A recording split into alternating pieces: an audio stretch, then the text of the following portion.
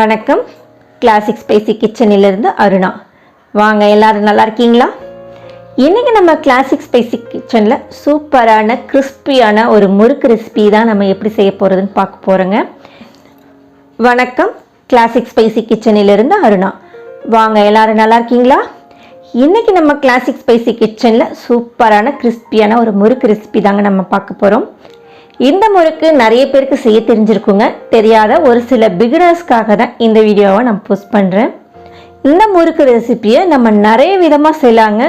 அரிசி மாவாக அரைச்சி பவுடர் மாவாக அரைச்சி அதில் நம்ம செய்கிறது, உளுந்து மாவில் வச்சு செய்கிறது, இந்த மாதிரி நிறைய வகையான முறுக்கு ரெசிபி எல்லாருமே செய்வோம். ஆனால் எப்படினாலும் இந்த இட்லி அரிசி மாவை கிரைண்டரில் போட்டு ஆட்டி எடுத்துகிட்டு நம்ம அதில் பொட்டுக்கடலை மாவை மிக்ஸ் பண்ணி செய்யக்கூடிய முறுக்கு எப்பயுமே ரொம்ப ஸ்பெஷல் தாங்க.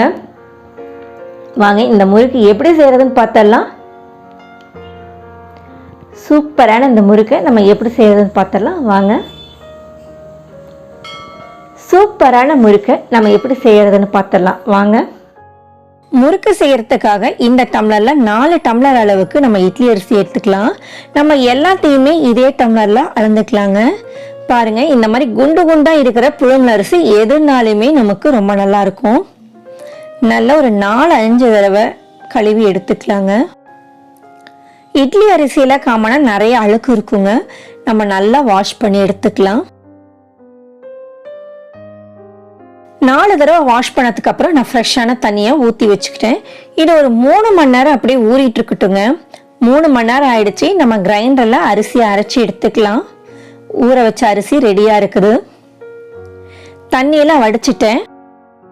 அதில் கிரைண்டரில் கொஞ்சமாக தண்ணி சேர்த்துட்டு நாம லைட்டாக இருக்கிற தண்ணியோடையே சேர்த்து போடலாங்க.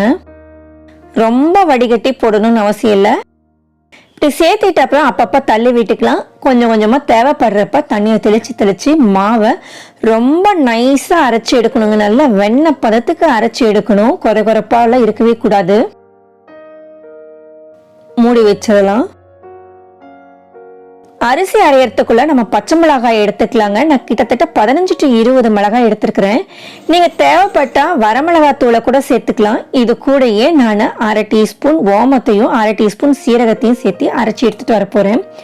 நம்ம மிளகாத்தூளை சேர்த்துறப்பையும் நல்ல காரம் வரைக்கும், ஆனால் கலர் முறுக்குல கொஞ்சம் சேஞ்ச் ஆகும், அவ்வளோதான் வித்தியாசம். மற்றபடி நல்லாவே வரும். பாருங்க, மிளகாய் பேஸ்ட்டை நல்லா நான் இப்படி அரைச்சி எடுத்துக்கிட்டேன். நம்ம அரிசி அளந்து அதே டம்ளர்ல 2 டம்ளர் அளவுக்கு நான் பொட்டுக்கடலை எடுத்துக்கிறேங்க. 1:2 ரேஷியோ, அதுதாங்க. அரிசி 2 மடங்குன்னா பொட்டுக்கடலை 1 மடங்கு. இதை நம்ம மிக்சர் ஜார்ல கொஞ்சம் கொஞ்சமா சேர்த்து நல்ல ஃபைன் பவுடரா அரைச்சிட்டு வந்துடலாங்க. நல்லா நைஸா இருக்கணும். பாருங்க, இந்த மாதிரி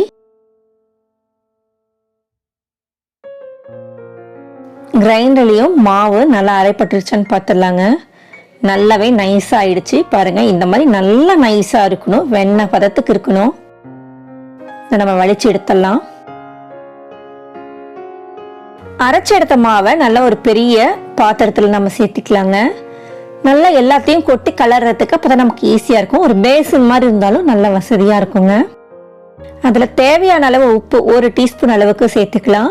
அப்புறம் நம்ம பொடிச்சு வச்ச நம்ம பொட்டுக்கடலை மாவு, அரைச்சி வச்ச சில்லி பேஸ்ட், மிளகாய் பேஸ்ட்டையும் சேர்த்துக்கலாம். கூடயே 100 கிராம் அளவுக்கு வெண்ணெயை சேர்த்துக்கலாங்க. நம்மள ரூம் டெம்பரேச்சரில் இருக்கிற மாதிரி இருக்கிற வெண்ணெயை சேர்த்துக்கலாம். இது எல்லாத்தையும் போட்டு நல்லா கலந்துக்கலாங்க. மாவு கலந்ததுக்கு அப்புறம் எல்லாமே நல்லா சேர்த்து பிசைஞ்சு எடுத்துக்கலாங்க.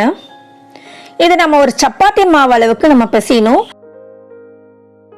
தண்ணி அவசியப்படாது, தேவைப்பட்டால் கொஞ்சமா சேர்த்திக்கோங்க. மாவு இந்த பக்குவத்தில் இருக்கணும். கூட ஒரு 1/4 கப் அளவுக்கு நாம எள்ளு சேர்த்துக்கலாங்க. நான் இது சுத்தம் பண்ணி வச்ச கருப்பு எள்ளு. இதையும் சேர்த்து நல்லா கலந்துக்கலாம்.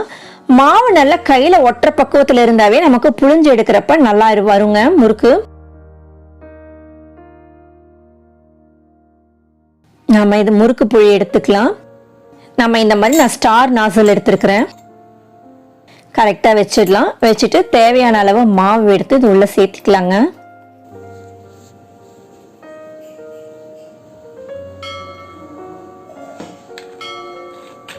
நல்லா டைட்டாக மூடிக்கலாம். நம்ம இந்த அரிக்கரண்டியில் பின்பக்கமாக திருப்பி வச்சு அதில் கொஞ்சம் கொஞ்சம்னா பிழிஞ்சு வச்சுக்கலாங்க. ரவுண்ட் ஷேப்பில் பிழிஞ்சு எடுத்துக்கலாம். அரிக்கரண்டி ஆரம்பத்தில் கொஞ்சம் லைட்டாக எண்ணெய் தடவி வச்சுக்கோங்க. ஆனால் சூடான எண்ணெயில் போடுறப்ப நமக்கு எண்ணெயில் டக்குன்னு விழாகுது. அதே மாதிரி பிழிஞ்சு வர்றப்ப உதிரி உதிரியாக உடஞ்சி வந்துச்சுனாக்க கொஞ்சமாக லைட்டாக தண்ணி தெளித்து கூட பிசைஞ்சுக்கோங்க. இந்த ஈரப்பதம் கம்மியாக இருந்தால் கூட உடஞ்சி வருங்க. நான் பிசைஞ்சு வச்சிருக்கிற மாவில் பாதி மாவு முறுக்குக்கும் பாதி மாவு ஓட்டு பக்கோடாவும் செய்ய போகிறேங்க. மிச்சம் இருக்கிற பாதி மாவில் இதே மாதிரி நம்ம முறுக்கெல்லாம் பிழிஞ்சு எடுத்துக்கலாம்.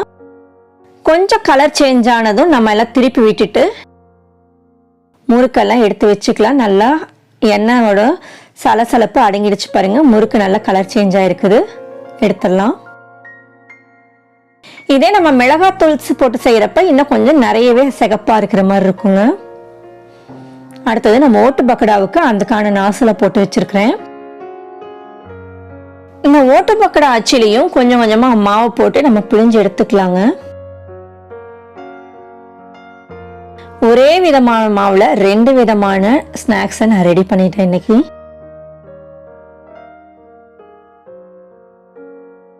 இது அப்படியே சூடா இருக்கிற எண்ணெயிலேயே அப்படியே நம்ம பிழிஞ்சு எடுத்துக்கலாம். அடுப்பு மீடியம் ஃப்ளேம்லயே வச்சுக்கோங்க. எண்ணெய் எப்பயுமே ரொம்ப காஞ்சிருச்சுன்னா போட்டதும் சட்டுன்னு கலர் மாறிடும். மீடியம் ஃப்ளேம்லேயே இருந்தாதான் நின்று நிதானமாக வேகும். லைட்டாக சலசலப்பு அடங்கினதும் எல்லாத்தையும் திருப்பி விட்டுக்கலாம்.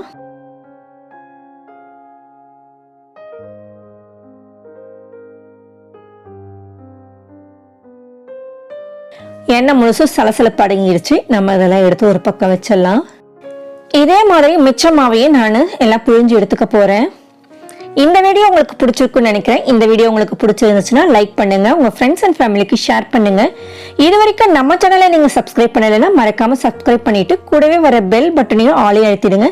அப்பதான் நம்ம போற வீடியோஸோட நோட்டிபிகேஷன்ஸ்லாம் உங்களுக்கு உடனே வந்துடும். வாழ்க வளமுடன். நன்றி, வணக்கம்.